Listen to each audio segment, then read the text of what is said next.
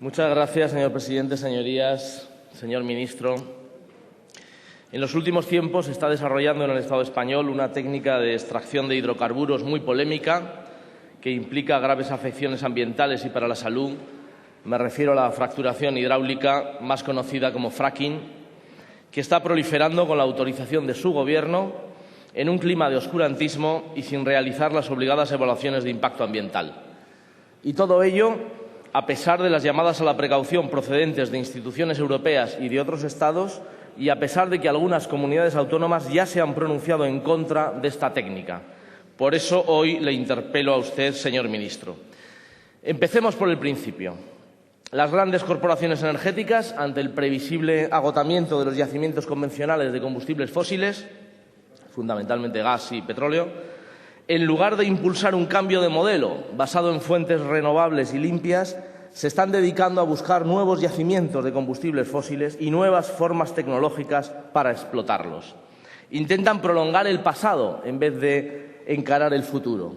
Y ahí surge la fracturación hidráulica o fracking con el objetivo de explotar yacimientos cada vez más difíciles, más caros, con menor rendimiento y además con mayores impactos ambientales. En suma, tan solo para ganar tiempo y con un coste elevadísimo para nuestra sociedad.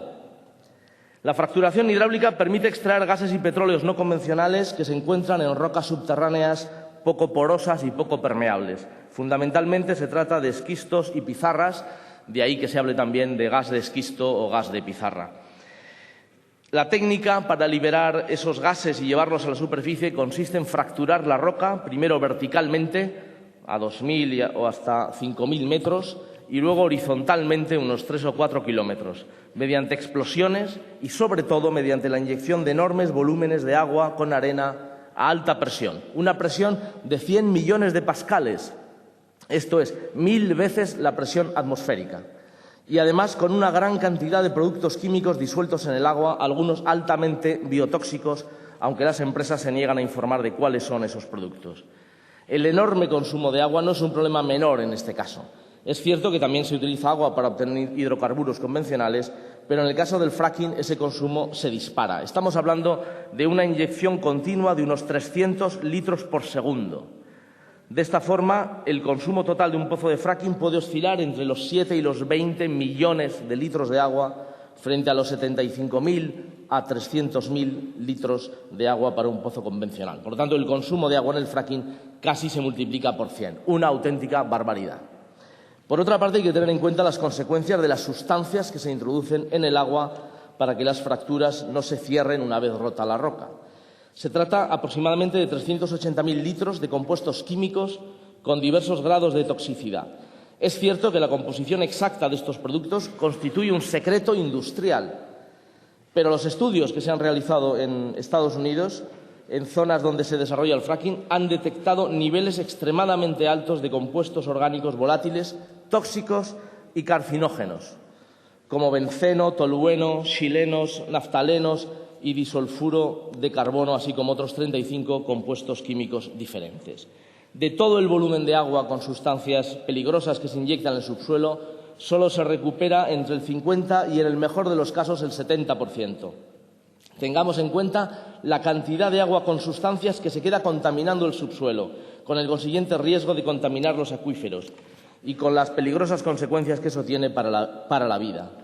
También habría que considerar que el agua con sustancias que se ha recuperado tras el fracking se almacena durante tiempo indefinido sin saber cuál será su destino final. Sobre los riesgos del almacenamiento, basta con recordar la experiencia de la rotura de la balsa con compuestos químicos de la empresa Boliden en Aznalcóllar, en el parque de Doñana, en 1998. A la contaminación de acuíferos y del propio subsuelo también hay que añadir la contaminación del aire. Las rocas suelen contener metales pesados, mercurio, plomo y radón, radio, uranio, elementos radiactivos que pueden llegar a la superficie. Y tampoco pueden subestimarse las fugas frecuentes de gas metano, cuyo efecto invernadero es 4 veces más potente que el CO2. Otro riesgo a tener en cuenta es el relacionado con los movimientos sísmicos, lo que incrementa el riesgo de daños en los pozos con las consiguientes fugas. En Estados Unidos se ha estudiado la relación entre el fracking y 800 seísmos que se produjeron en apenas 6 meses en una determinada zona. En Gran Bretaña, en 2010, hubo 2 pequeños terremotos en el condado de Lancashire y por eso se aplicó una moratoria que se ha levantado hace muy pocos días, pero añadiendo nuevas exigencias de control para reducir los riesgos. Por añadir otro dato, en España se han publicado estudios científicos que relacionan el vaciado del acuífero sobre el que se asienta la ciudad de Lorca con el incremento del efecto devastador del terremoto de 2011. Por cierto, la experiencia en Estados Unidos, donde llevan 2 décadas practicando la fractura hidráulica de forma frenética y con una regulación muy laxa o sin ella en 24 estados, como Colorado, Utah, Wyoming o Texas, nos permite hoy comprobar las consecuencias. Las repercusiones sanitarias y ambientales que se han acumulado y combinado en las comunidades y en los trabajadores de los pozos, donde encontramos problemas de salud crónicos por contaminación del aire y del agua. Y también repercusiones socioeconómicas en esas comunidades al haber sustituido economías más sostenidas basadas en la agricultura y el turismo por ciclos de expansión y receso con el desarrollo del fracking. Por eso en Estados Unidos surgieron los primeros movimientos ciudadanos contra esa técnica y se produjeron las primeras decisiones de las administraciones. Algunos estados, como Nueva Jersey, Nueva York o Pensilvania, han aprobado moratorias.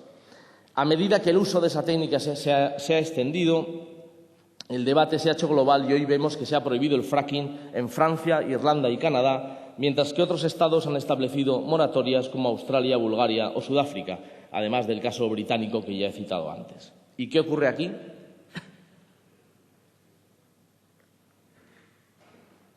¿Qué ocurre en el Estado español?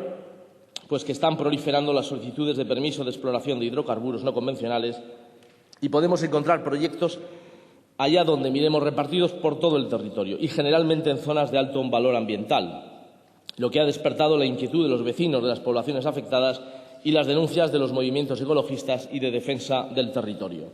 En Euskadi, en Subijana de Álava, en Cantabria, en la mancomunidad de Saja-Nansa, en Asturias, en Villaviciosa y Cabranes, en Castilla y León, en distintos parajes de Palencia, Valladolid, Burgos o Soria, en Andalucía, en comarcas de Sevilla, Jaén, Cádiz o Córdoba, en Cataluña, en las comarcas de Osona o de Ribagorza y en Aragón, en todas las comarcas pirenaicas, Jacetania, Serrablo, Sobrarbe y Ribagorza, además del Somontano, la Llitera o el Maestrazgo turolense. En el caso de Aragón, las solicitudes suponen más del 11% del territorio aragonés, lo que da idea de la magnitud del problema desde una óptica territorial. Esta expansión vertiginosa del fracking no solo alarma a los vecinos de los municipios afectados, también ha provocado decisiones en algunas de las administraciones públicas implicadas. Recientemente, el Gobierno de Cantabria ha anunciado su voluntad de prohibir el uso de la fractura hidráulica en su territorio. También las Cortes de Aragón, a iniciativa de Xunta Aragonesista, acaban de declarar, atención, por unanimidad, Aragón territorio libre de fracking. Hay, por tanto, comunidades autónomas que están buscando fórmulas legales para prohibir esa técnica en sus respectivos territorios, pero chocan con un obstáculo serio. Muchos de esos proyectos, la mayoría de ellos, afectan a más de una comunidad y, en ese caso, la competencia es estatal. No basta entonces con que las comunidades autónomas se nieguen a autorizar esos permisos. Además, aunque una comunidad autónoma lo prohibiera en su territorio, no puede impedir que se practique en el territorio de al lado, como sería el caso del Maestrazgo entre Teruel y Castellón, o entre la Ribagorza aragonesa y la catalana, o entre Jacetania y Navarra. La contaminación, usted lo sabe, no conoce fronteras, por eso el debate tiene que ser estatal. Además, el hecho de que muchos de estos yacimientos se ubiquen en la cabecera de ríos, de un río como el Ebro, añade un punto más de inquietud. Un escape que contaminara el río en su cabecera tendría unas consecuencias catastróficas aguas abajo para todos los cultivos y ecosistemas hasta el delta. Lo mismo ocurriría con una contaminación del acuífero que se extiende por debajo del río. Infinidad de informes científicos señalan los riesgos que entraña el fracking, lo que exigirían a los gobiernos más prudencia, a pesar de lo cual no existe todavía una directiva europea al respecto y cada Estado de la Unión Europea tiene libertad para decidir. Pero mal harían esos gobiernos si ignoraran el informe de la Comisión de Medio Ambiente, Salud Pública y Seguridad Alimentaria del Parlamento Europeo de 2010, en el que se concluye que el fracking tendría efectos devastadores sobre el territorio. En ese informe se señalan los riesgos de contaminación del agua potable y los efectos negativos para la salud humana, por lo que se recomienda su regulación mediante una nueva directiva y se exige que al menos se hagan públicos los componentes que se emplean en los pozos de perforación. A nuestro juicio, la no revelación de esos compuestos y de los riesgos que entrañan estaría violando la Ley de Acceso a la Información en materia de medio ambiente. Recientemente, el Parlamento Europeo ha debatido diversas iniciativas y ha aprobado una resolución en favor de la cautela y de extremar las medidas de seguridad y de respeto al medio ambiente. Y este es el contexto en el que le emplazo, señor ministro, a que explique usted ante esta Cámara y ante el conjunto de la sociedad cuál es y cuál va a ser en adelante la política de su Gobierno en relación con el desarrollo de la técnica de extracción de gases no convencionales denominada fractura hidráulica o fracking, a pesar de las negativas consecuencias que conlleva para la salud y el medio ambiente. ¿Va su Gobierno a continuar autorizando todas las solicitudes que se le plantean o va a aprobar una moratoria para el desarrollo de esta técnica aplicando el principio de precaución? ¿Va a exigir que se realicen evaluaciones de impacto ambiental en todos los proyectos, como marca la directiva europea correspondiente? ¿Va a exigir nuevas medidas de control y de transparencia? ¿Va a continuar permitiendo que las empresas oculten los componentes químicos que se disuelven en el agua que se emplea en los pozos de fracking? ¿Va usted a respetar la voluntad expresada por diversos gobiernos y parlamentos de comunidades autónomas que no quieren que se aplique el fracking en sus respectivos territorios? Señor ministro, este es un problema grave, un problema serio, y espero que sus respuestas sean claras. Muchas gracias. Muchas gracias, señor.